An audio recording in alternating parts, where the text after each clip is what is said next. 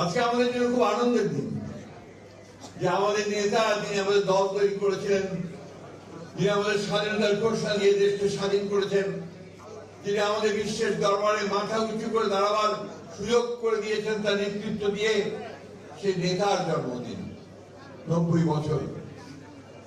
আমরা কি সেই আনন্দ আমরা উপলব্ধি করতে পারছি? কারণ মাত্র কয়েকদিন আগে আমাদের আরেকজন নেত্রী, যিনি তার সমস্ত জীবন দিয়ে আমাদের জন্য কাজ করে গেছেন, আমাদের গণতন্ত্রকে মুক্ত করেছেন, আমাদেরকে পথ দেখিয়েছেন, সেই নেত্রীকে আমরা হারিয়েছি। এই দেশের কোটি মানুষ সেদিন সমবেত হয়েছিল ওই পার্লামেন্ট চত্বরে, কিন্তু পার্লামেন্ট চত্বরে সেটা থেমে থাকেনি। একজন বলেছিলেন খুব সুন্দর করে যে আজকে একটা কফিনের পেছনে সমগ্র বাংলাদেশ।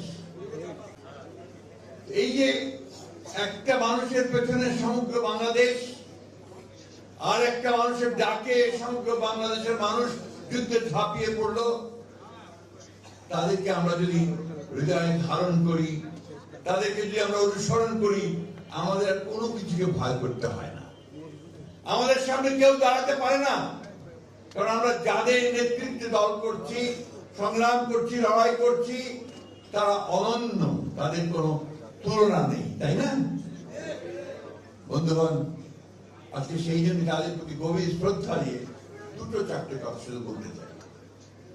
শহীদ জিয়া সম্পর্কে আমাদের সিনিয়র নেতারা বলেছেন, আমরা বারবার তার কথা শুনেছি, বলেছি, বই পড়েছি, অনেক বই পড়ি।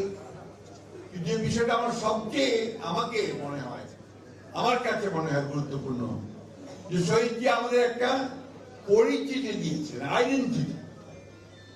বাংলাদেশি জাতীয়তাবাদের দর্শনের মধ্য দিয়ে তিনি আমাকে আলাদা করে একটা পরিচয় করে দিয়েছিলেন পৃথিবীর কাছে।